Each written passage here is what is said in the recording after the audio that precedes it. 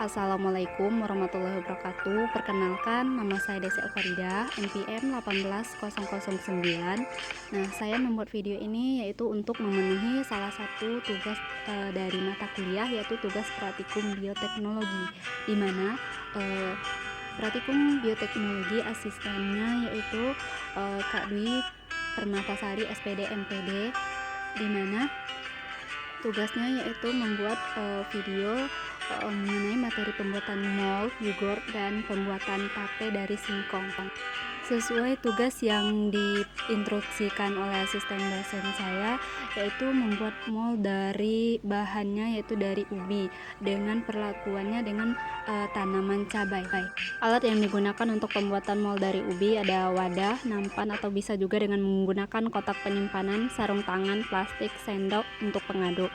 Nah, bahan utamanya itu ada singkong yang sudah direbus, kemudian 4 bibit cabai, kemudian air, dan 4 polybag, dan juga tanah.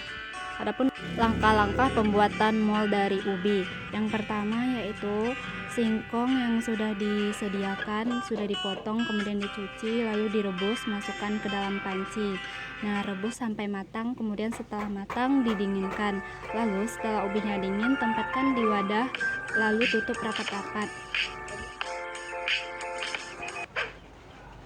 Nah, ini adalah perlakuan mold ubi dengan tanaman cabai pada minggu pertama. Mohon maaf sebelumnya, ini terlewat, itu perlakuan pada minggu ketiganya. Dan ini adalah perlakuan pada minggu kedua. Ya, jadi kesimpulan untuk perlakuan mold dari ubi yaitu sangat bagus.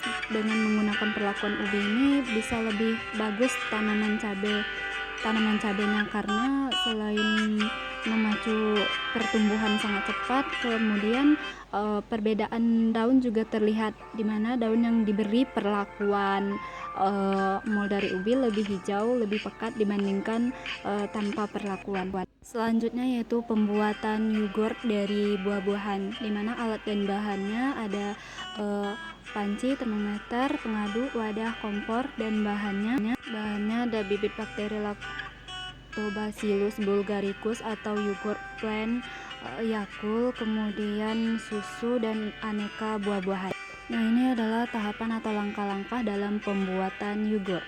Karena keterbatasan alat, jadi mungkin kira-kira seperti ini hasil dari pembuatan yogurtnya. Selanjutnya adalah pembuatan tape singkong, di mana alat yang digunakan ada panci, baskom, pisau, kompor, kain lap, sendok garpu, piring,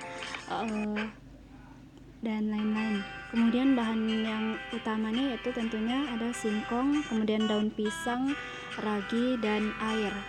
Masuk ke tahap prosedur kerja atau langkah-langkah pembuatan tape singkongnya. Yang pertama, tentunya siapkan semua bahan, lalu kupas singkong, kemudian potong singkong yang telah dikupas, kemudian cuci hingga bersih. Sembari menunggu singkongnya kering, siapkan air, dipanaskan ke panci, kemudian dipanaskan dengan kompor.